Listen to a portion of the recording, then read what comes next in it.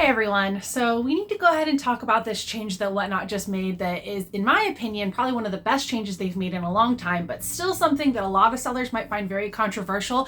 And if you're not prepared or knowledgeable, it might actually start costing you some money. Whatnot just kind of quietly rolled out a new policy that's actually going to start affecting most sellers on the platform. What I'm talking about is Whatnot's new cancellation policy. Before this policy, you could cancel orders with some small penalties to your seller metrics and your account health, but overall there was no financial penalty. But now Whatnot is taking action and actually charging sellers if they cancel orders for reasons that don't fall under their purview. In today's video, we're going to cover what exactly the fees are, how and when you might get charged, the sellers that it's going to affect the most, and what you need to know so that you can prevent this from happening to you. So like I said, seller cancellations are now no longer just a bad metric or something counting towards your negative account health. This is actually going to have a real impact on you with a financial component. So here's how the fee works. If you as a seller cancel an order for one of the specific reasons that's not covered, you will be charged either $3 or 3% of the item's total, depending on which is higher, which is crazy. If you sell high value items, you're definitely going to want to be mindful of that, because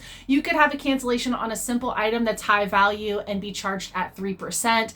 Obviously, lower value items, even just like $1 or $2 being canceled, could be $3, which is kind of crazy because Whatnot is going off of whichever is higher, 3% or $3. Your first cancellation in this new policy is going to be waived, luckily. So if you do have just like a random accident or some sort of oversight, you can get your first cancellation waived. But after that, this policy kicks in for all sellers. All right, so I know you're asking, like, when am I going to be charged this cancellation fee? Well, for one, if you're canceling orders quite often, I would definitely go ahead and start taking like an inventory on what it is that's causing you to cancel a lot of orders. I know for everyone it's a little different, but you're going to see here in the qualifications of what is not counted as a cancellation, like that Whatnot deems acceptable, that if you are doing some of these things, then you're going to want to go ahead and readjust so that you're not getting these cancellation fees. So here is what Whatnot deems as a unacceptable or not waived reason to cancel an order as a seller. So these are going to be things that are within your control. Stuff like underpricing an item, or an item just doesn't sell for what you want it to and you cancel an order.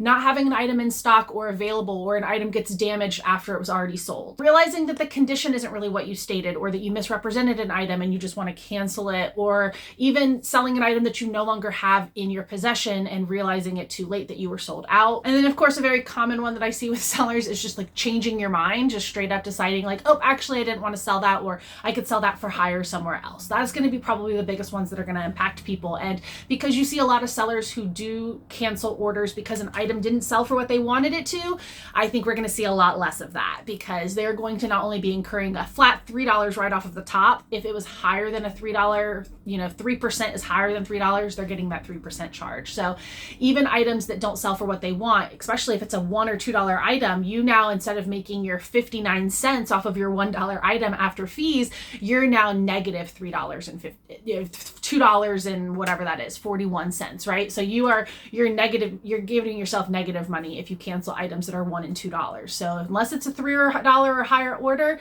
something that really, really needs to be canceled, you really need to be keeping that in mind. So basically the main gist and takeaway from that list is that you cannot just cancel items or orders because you didn't like how much the item sold for, or you changed your mind. That's going to be the biggest one. You also need to be organized and have your inventory in a place where you can always find it, making sure that you kind of have a good system set up. Now, not all cancellations are bad. There are obviously some reasons as a seller outside of your control that you need to cancel an order. And one of the biggest ones is going to be buyer initiated cancellation. So if a buyer reaches out and says, I'd like to cancel, you can tell them they need to go ahead and head over to the cancellation screen and they can request a cancel, and you can accept it if you do accept cancellations. Or of course, if they request a cancellation and you don't accept cancellations, or you don't want to honor it, you don't have to, but that is going to be one of your biggest workarounds of accepting cancellations without penalties, is having buyers initiate those cancellations for buyer specific reasons.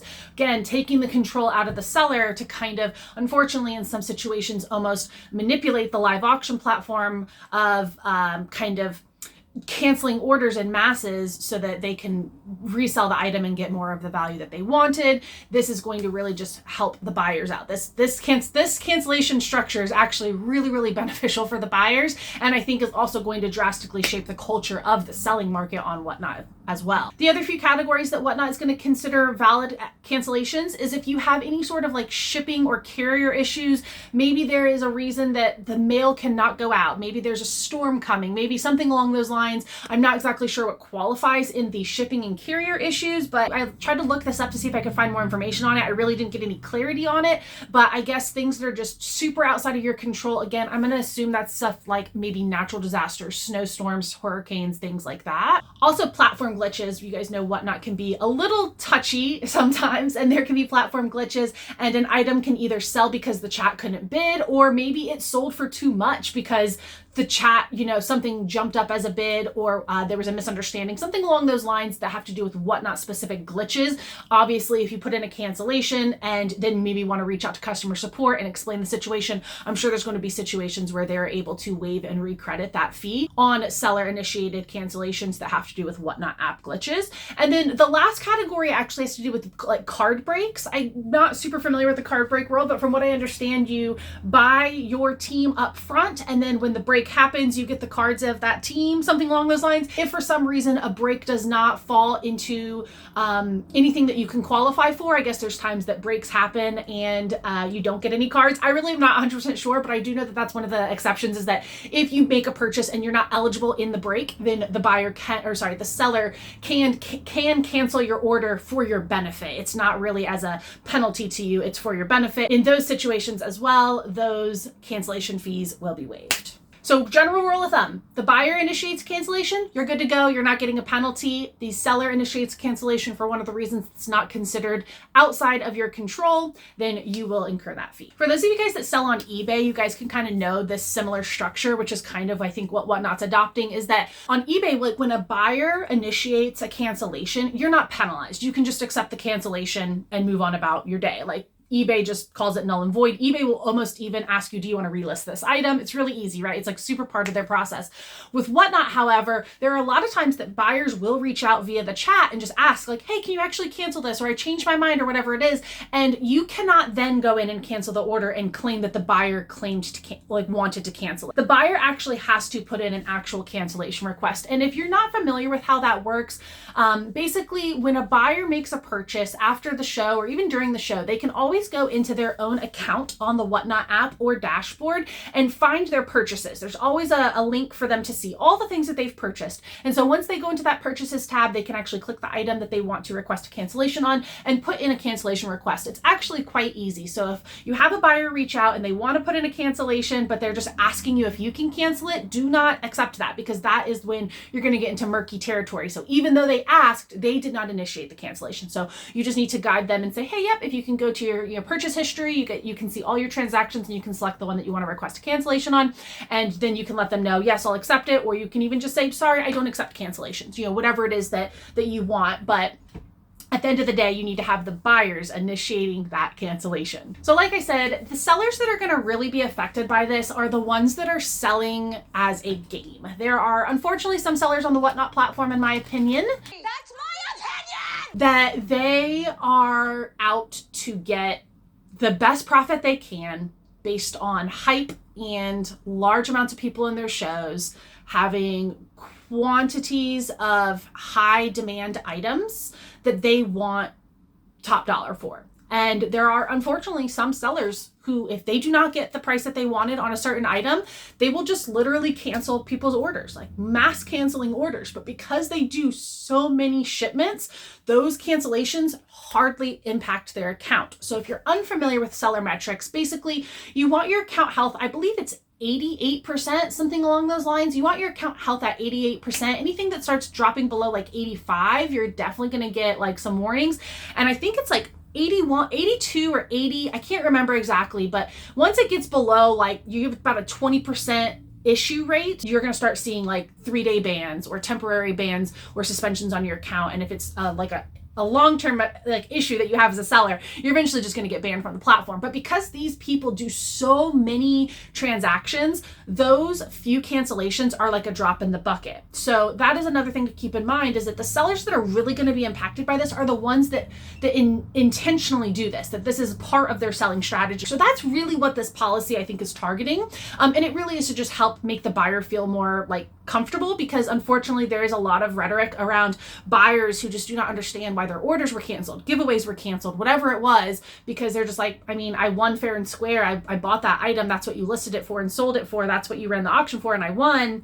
Is it my fault that other people in the room didn't want to bid it up? Because that kind of encourages shill bidding. If you don't know what shill bidding is, it's basically having people in an auction format bid on items that they have no intention on buying or winning, but they're just bidding to bid up the price. So that's another thing cancellations will affect. I actually didn't even think about that until just now. Shill bidders. When shill bidders accidentally win an item, but they weren't supposed to, sellers will cancel it because they know that they were shill bidding. Like that's their buddy, that's their parent, that's their family member, that's their business partner, and they will cancel it. And so that's also going to reduce shill bidding because those people are not going to want to incur a fee to protect their shill bidders, right?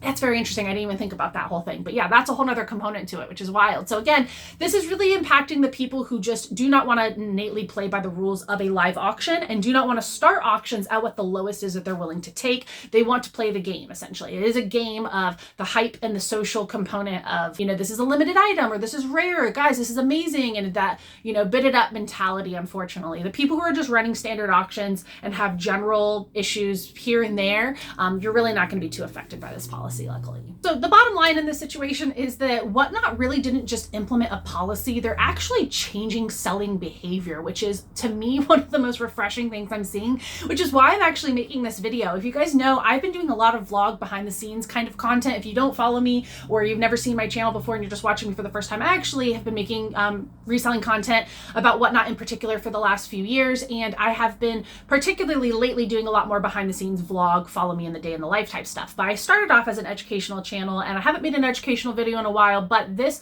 really brought me out of the woodworks because I think this is actually a policy where you're seeing Whatnot take accountability a little bit for their role in the live auction space. And this gives essentially the people who have had historically the most power, which are some of the higher end, higher volume sellers on the platform, a little less power. It kind of puts the power back into Whatnot's court, which it should be. They should be in charge of the rules of how we play. And unfortunately, as society goes, people always find ways to manipulate and break the rules and bend things to work in their favor. And this is just kind of slowing that down and really protecting the buyers and creating buyers who feel more valued and can trust a little bit more in the platform that they're buying on. And obviously every buyer needs to take time to find sellers that they enjoy and they like and they can trust and support long term. I think that's really the best way to buy on the platform.